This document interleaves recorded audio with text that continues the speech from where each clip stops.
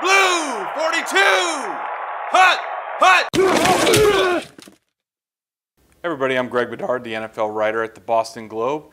Substituting for Jermaine Wiggins, we're very excited to have Tim Fox, former Pro Bowl Patriots safety. So let's get to the big game, Tim. What we're going to look at here is we're going to look at the Ravens defense. We know a lot of what happens on Sunday is going to be about how they pressure Tom Brady, how they can affect him.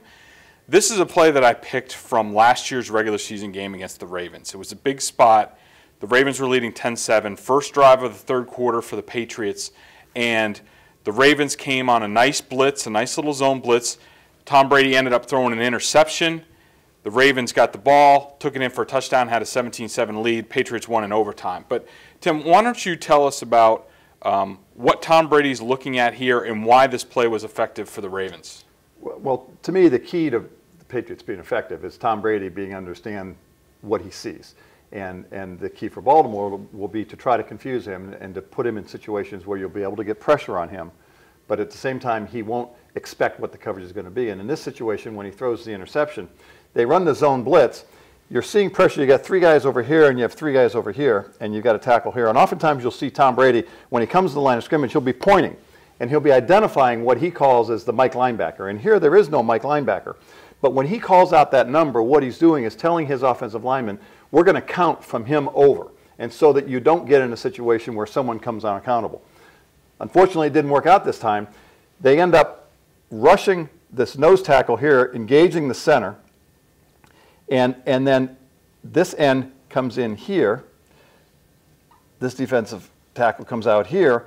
And then the corner comes around here, and he's got a free shot at Brady. Unexpected. And then he then drops out under here. Ray Lewis looks like any one of these six people could blitz. These two guys come. Ray Lewis drops back into coverage. So now you get underneath coverage here. Tom Brady gets the guy in his face, and now he has to get rid of the ball sooner than he should. He ends up going here. Over the top, free safety makes the interception, and there you go. Yeah. I mean, we watched the play over and over again. Let's be fair. It wasn't Tom Brady's finest moment. He probably shouldn't have thrown that ball or, made a different decision. Yeah, he wanted to get rid of the football. Certainly didn't want to take the sack, but he didn't know what he was throwing into. He thought he had a man-to-man blitz when actually he had a zone blitz. And so you get a lot. These corners here and here, although we have them on the inside, have the luxury of actually being on the outside here because they know they're going to get help here on the inside, which means Tom's got to throw it over the top of these guys, which caused them to throw it over. I believe this is Welker coming in. And Reed comes in and makes the interception. Now, when we were watching this, I had the question about, because we've seen the Patriots do it time and time again. Tom Brady gets a look like that. Guys are playing off the receivers.